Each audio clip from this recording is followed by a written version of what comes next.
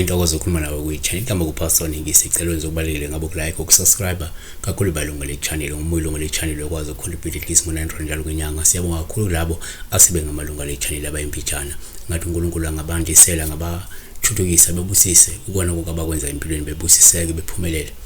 Siyacela ukuthi nambu isenze kuphela ngomlandeli isenze kuphela kusuka ngo9 ekseni ka ku5 ntambama isenze kuphela kuma calls ngesenze WhatsApp ungasenze ama SMSs please.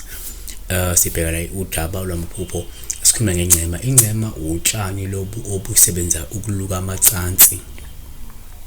Incema imila ngasemfuleni ihlale egudla umfula isemaqhaphozini sendaweni ezinamanzi.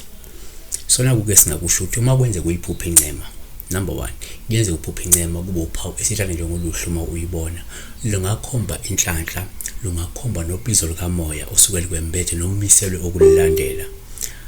2 yenze futhi uma kuphupha incema kube uphawu oluhluma uyikha osuke lusho ukuthi ungenze kunesiphiwo sikamoya futhi okumele usiphakamise emanzini.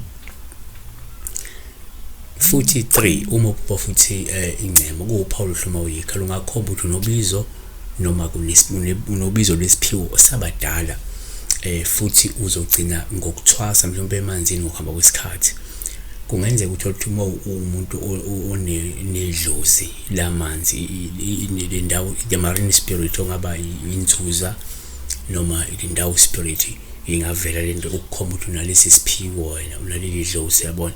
Number 4 kuyenzeka futhi uma uphupha incema kuba uphawu hluma uyisebenzisa ukuluka icansi noma amacansi so lusho uhlelo noma isidingo sokuhlanganisa imindeni noma amalungu omndeni uma kungenzeka hlukane phakathi. 5 kuyenzeka futhi uma incema kuba uphawu hluma uyisebenzisa ukuluka icansi noma amacansi so lusho uhlelo noma isidingo sokuhlanganisa kweyidalwa yabona. Ngenze kukhona into ethile funa niyenze noma enhlelo kuyenza ke manje ekulungisa uhlelo noma ukuma noma isimo seyidala zenu kulowo muzi loyo.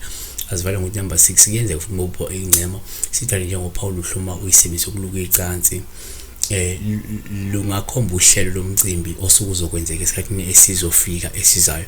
Ngenzeka uma kunomcimbi ohlelwayo noma ngasuhlelwe maduze nibone futhi kulukwa amacansi ngayincema ikhomba ukuthi kunento umcimbi engahlenzeke ngabe umcimbi wesintu ngabe umcimbi ukushadisa imicimbi kodwa sokuwumcimbi osokuzokwenzeka.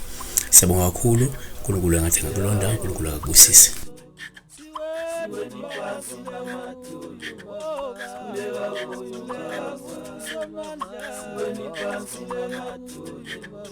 Kulega